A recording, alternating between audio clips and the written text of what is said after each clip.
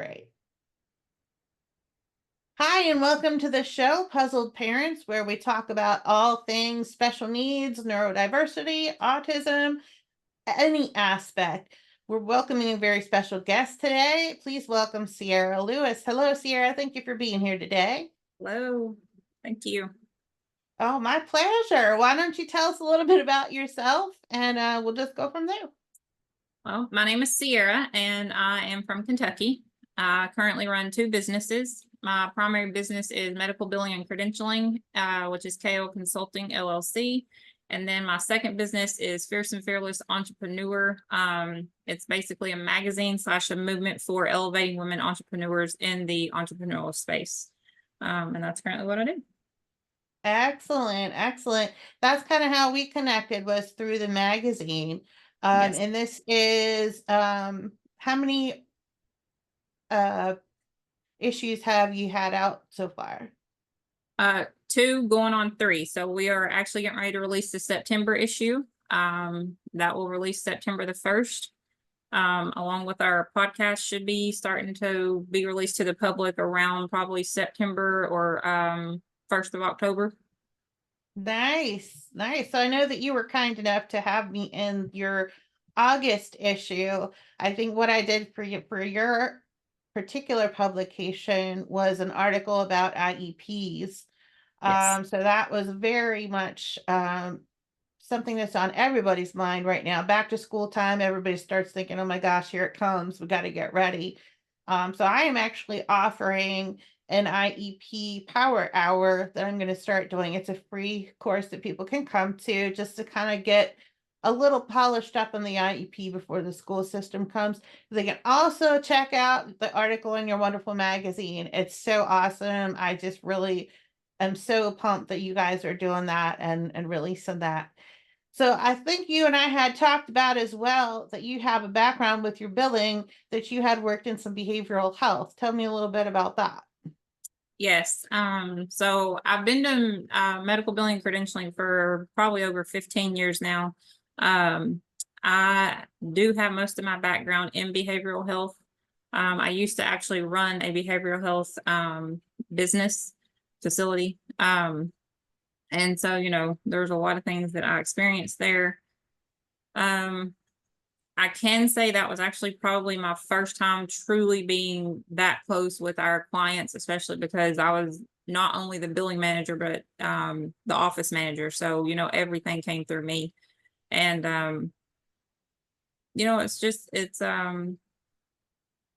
I can definitely see where it's a challenge for parents. I can see where it's a challenge for Mhm.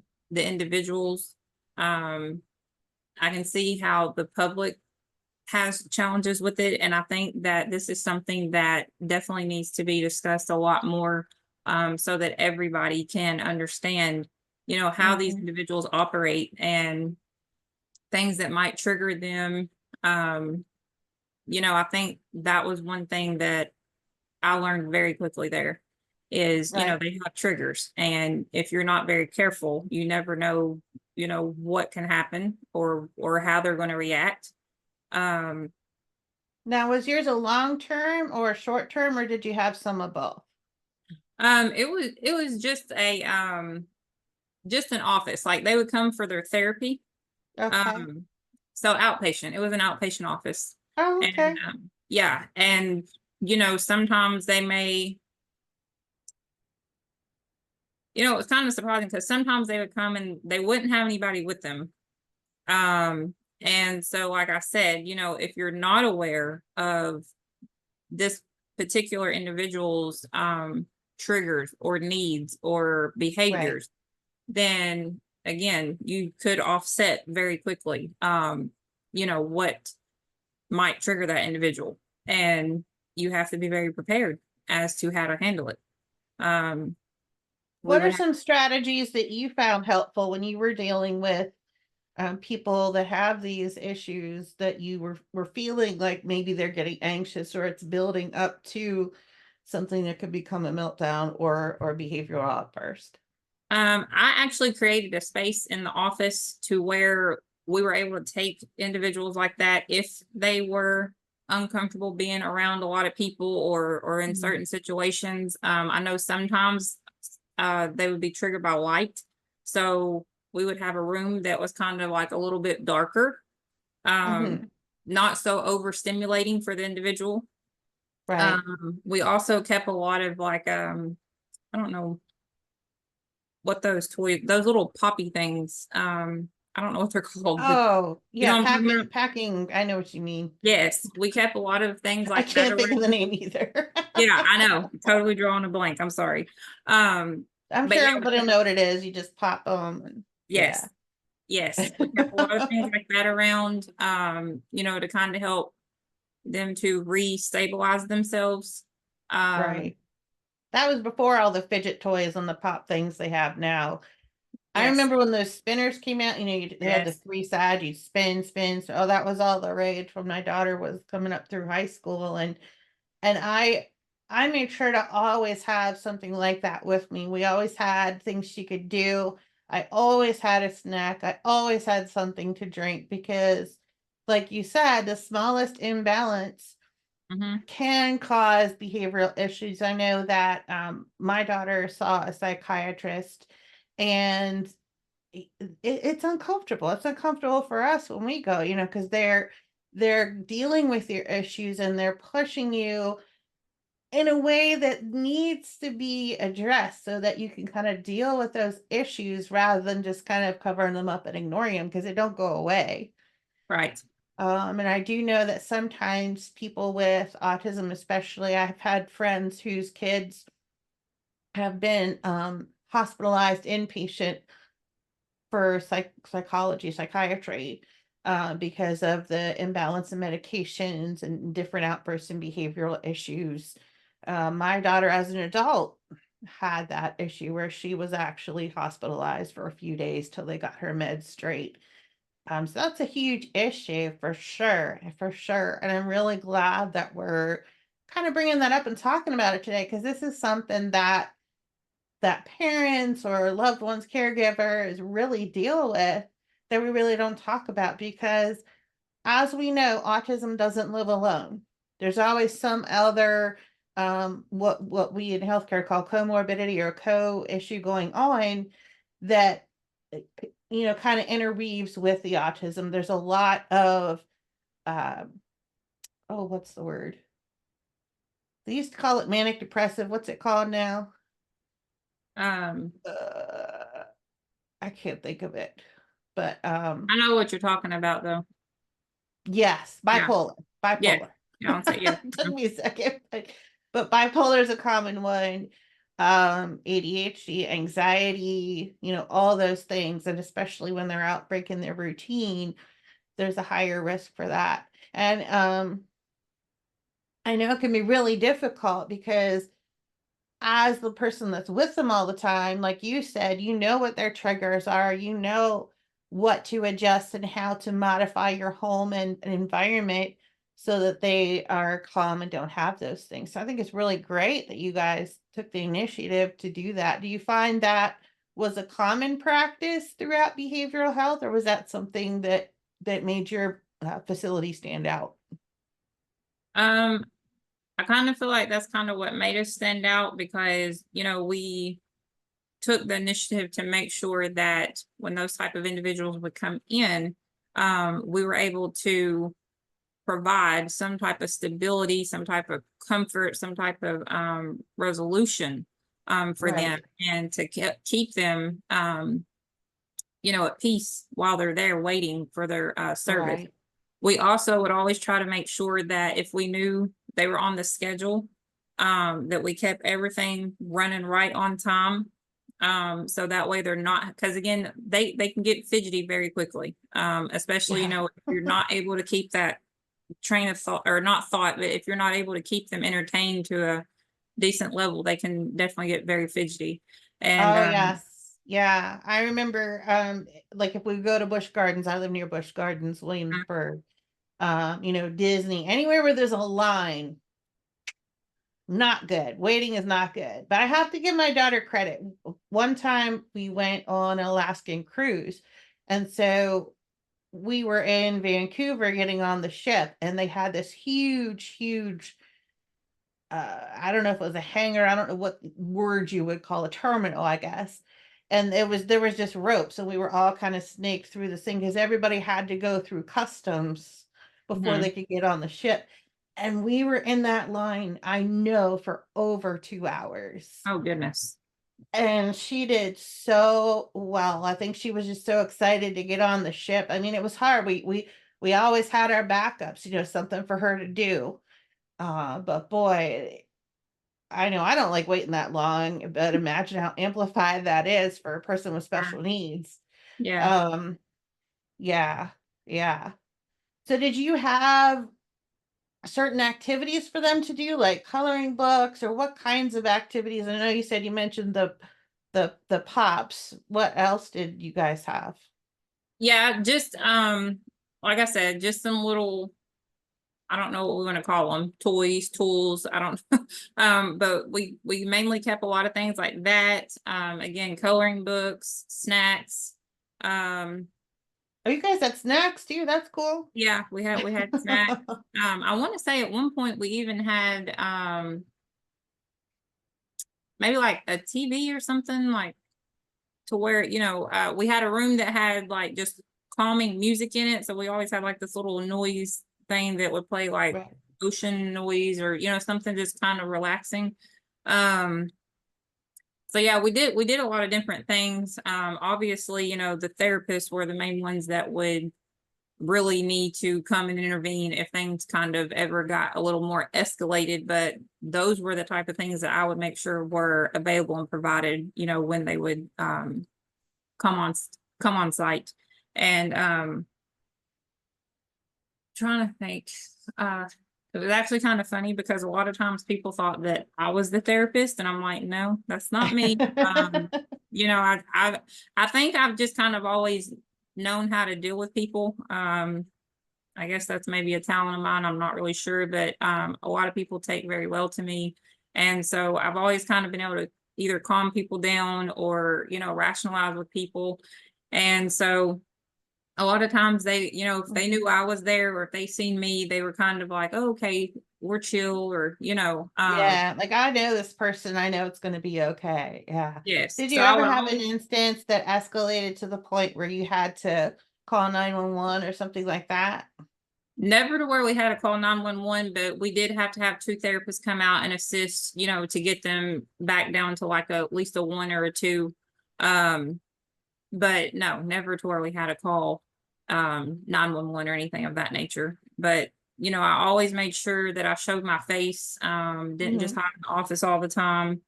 That way, again, they knew that I was present. There would be times that I would maybe even have to just stay out there until it was time for their appointment, just to kind of keep that balance for them. Um, but yeah, it was really interesting. It really was. Just seeing the different ways of how they react, and how they engage, and how they think. Right. Because they're definitely very smart, very smart. Um, and so yeah, I really enjoyed that experience because it was something I've never truly really understood or experienced until I worked in that field. That's good. Can you give our viewers maybe your one big takeaway from that experience? Like if you were to just kind of give them the main thing that you learned through that, or just a pearl of wisdom, we'll say. I know that we're going to touch on billing in a minute, but if there's anything in particular advice you would give to parents and caregivers. Yeah, I would say it's just very important for us to all be mindful. Even just people out in the community, just be mindful. Remember that we're all different. We all react differently to things. None of us are perfect, and we need to be respectful to the people around us, even if we don't understand their situation, or even if we may not be in agreement as to Right. why they have to do something, compared Right. to you doing it. Like somebody may have to go in front of the line, or somebody may have to get special treatment. We just need to be Right. more mindful and really pay attention to what other people are going through. Um, Right. and not be so quick to judge. But that's definitely what my takeaway would be from working in that field. Excellent. That kind of touches on um, something that came up in a meeting I had earlier today where someone said that we just need to choose not to be offended by so many things. Like just let things roll, you know. I know that I've been out in public or and it differs from age, you know, thinking more towards the younger kids. You're going to see those meltdowns and different things like that. And I really agree with you to where, you know, don't judge that person until you know the situation. And I felt like that before I learned what I know about autism and special needs, you know.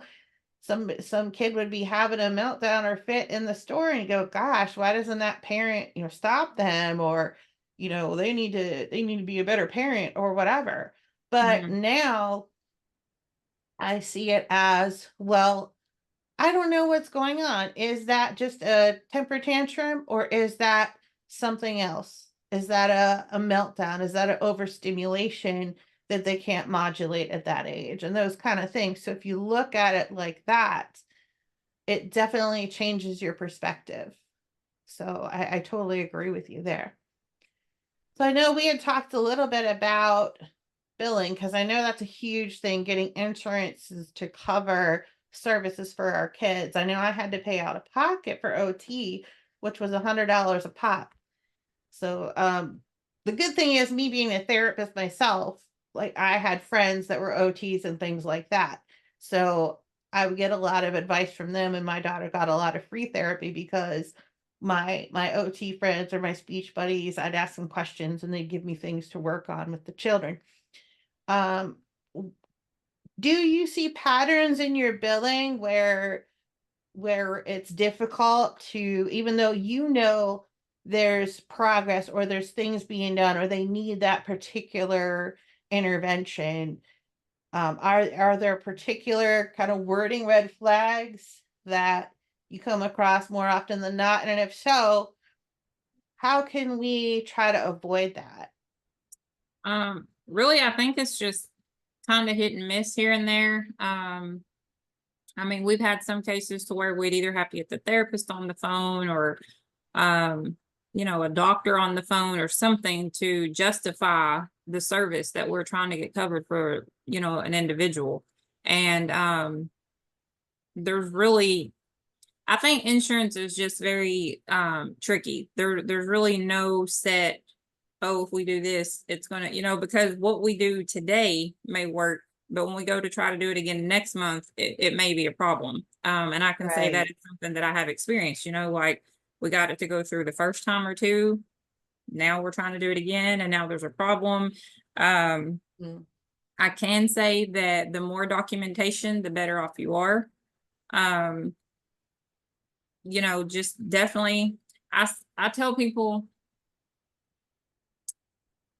don't over document to the point to where it causes questions, but definitely document to the point to where it's very clear as to what is going on with this individual and as to why the individual needs um Right. their service. If you under document, then obviously yes, you're going to have very, Yeah. a lot of challenges. That's going um to get dinged. That's going to be a red flag. yes. Yeah. Yeah. And just definitely make sure you have a good care team and plan. Make sure they've got case management. Make sure they've got either a peer support or a community support more so. Make sure they've got, those type of services to help along in their treatment because, when you have those type of things in place, it again aids in trying to get certain services paid for. Um, Right. and again, it adds more documentation. So, Yeah. Yeah. That's crucial. I agree. I know I've been in physical therapy for about 30 years now, and I know that that is something that's still, and even more so, discussed than it has in the past. You know, mhm. there's a huge difference. I do physical therapy, so I'll use that as an example. there's a huge difference if I document, patient walk 30 feet with walker Uh-huh. versus, instructed patient and great training with rolling walker times 30 feet with verbal cues for sequencing and tactical cues for facilitation of, advancement of right leg. Yes. So I think it's really important as parents and caregivers and things like that, when you are sitting down in a session or something with your loved one, it's really Mhm. important for you to paint the picture for that provider because they only know what you tell them. Right. And I think you kind of touched on this a little bit earlier that they're not always reliable reporters. And so they need that input from a caregiver or a parent or someone like that who can really paint the picture that you see. Because, for example, um, people with autism have what's called magical thinking. I don't know if you're familiar with that much, but uh, if you were to say to my daughter, for example, um, she says she's going to go to karaoke because somebody's going to see her and then she's going to be a big pop star. Could that happen? Maybe. Is it likely it's going to happen? Slim. Maybe not. Mhm.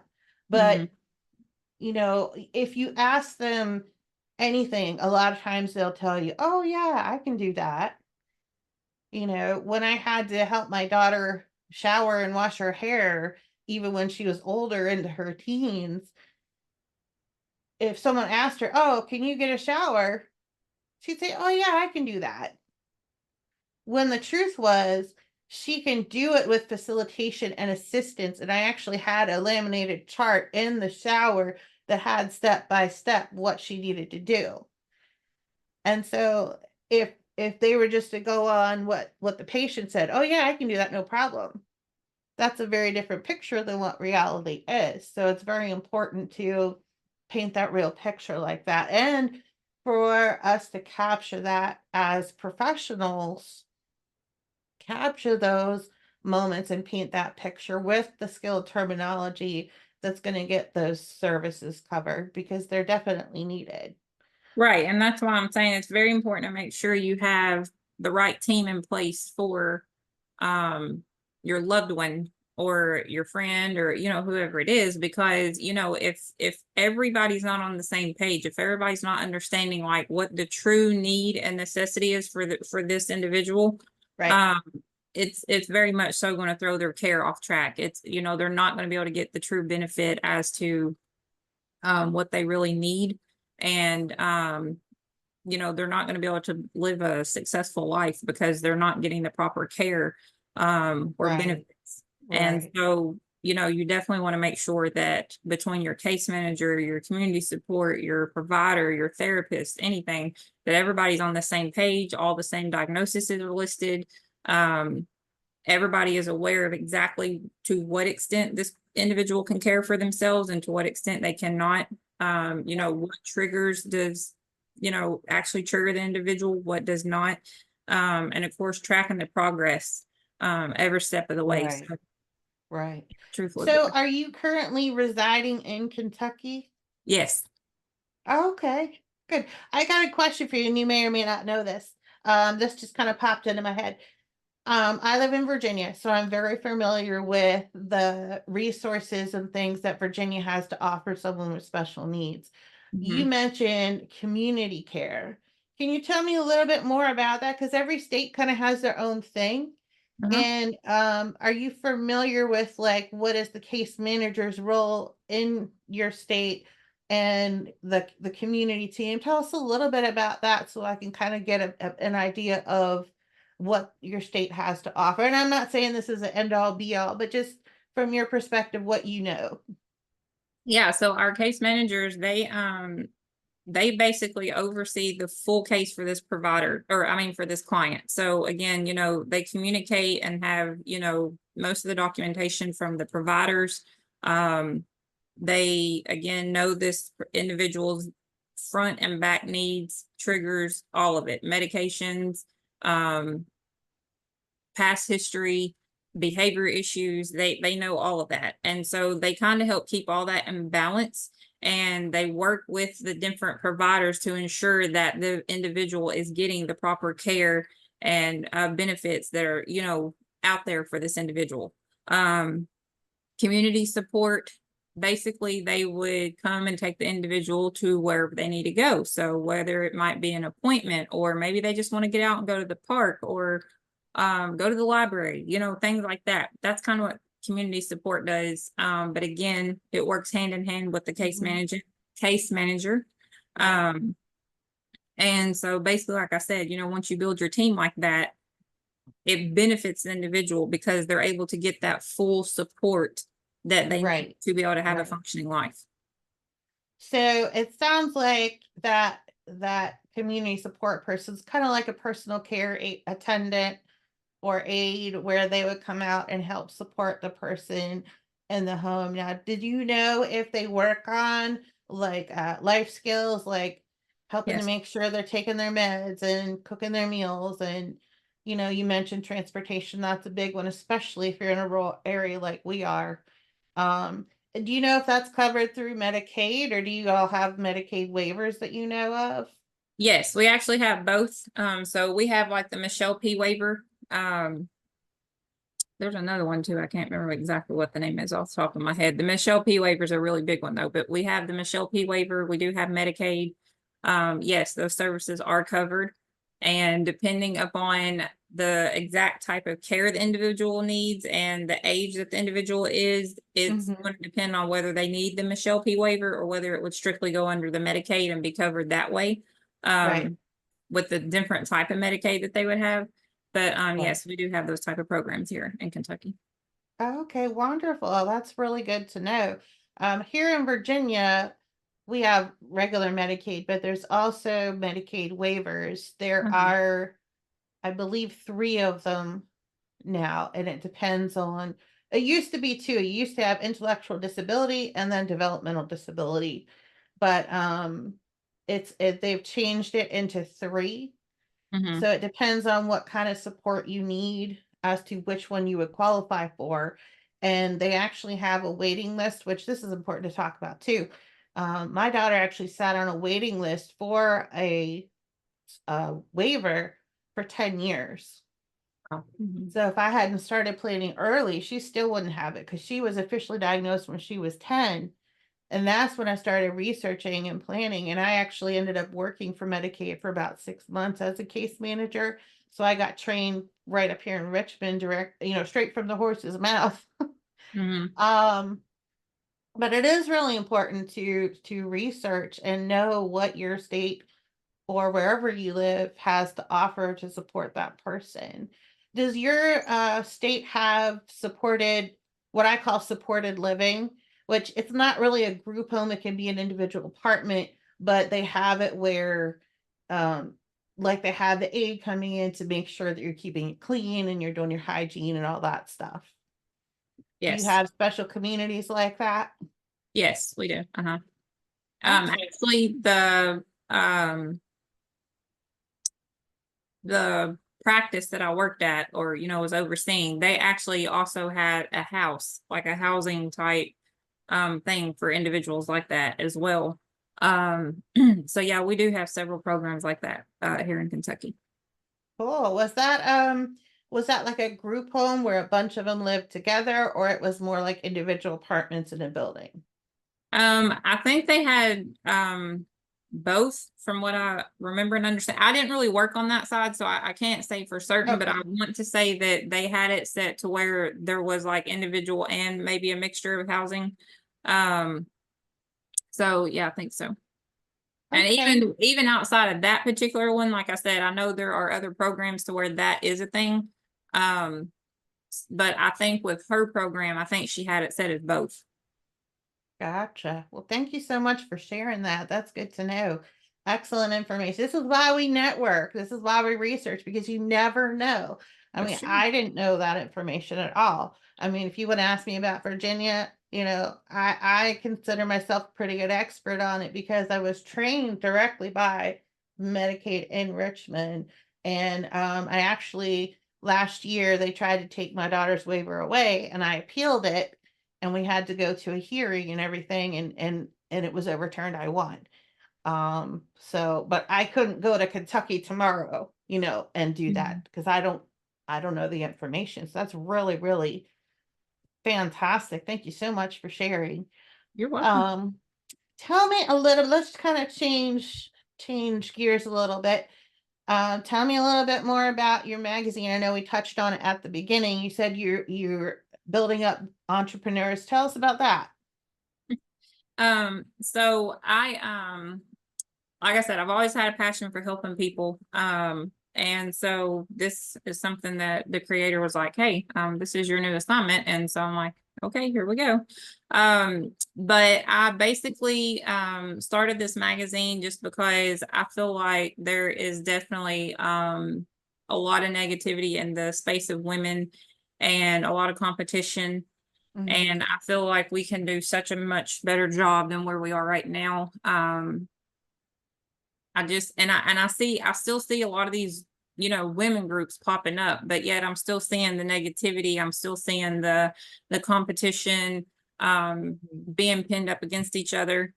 And not only that, but I'm also a victim of domestic violence. And so, I also want to have a space that is safe for women to come and share their voice, their Mm. journey. Just know that they're not alone and that they've got someone standing next to them. So basically, we're just creating a foundation, a support system for women, helping them to elevate into that next level of their career, or even just that next level in their life in general. Take them back who they are and just really stepping back into who they are and owning it. And that's basically what we're doing. That's awesome. I love that. I love that.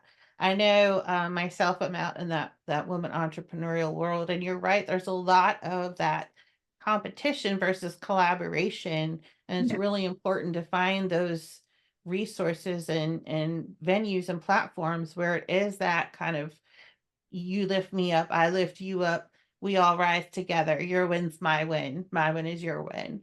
That's really, really fantastic. Thank you for doing that. That's so needed for sure. And You're your welcome. magazine was Fierce and Fearless, and the August issue is out. And where can they find this fabulous magazine? It is actually on Amazon, Barnes and Noble, Walmart, Target. There's a couple other ones that I can't remember the exact name, but those are the major outlets that you can actually shop and find the magazine on. The paperback or the print copy is not actually ready quite yet. Should be ready to be released within the next week or two. Um, but yes, the digital copies are ready for July and August.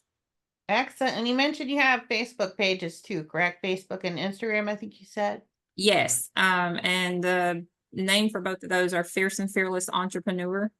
And the word "and" is spelled out, so it's just spelled all the way out, Fierce and Fearless Right. Entrepreneur.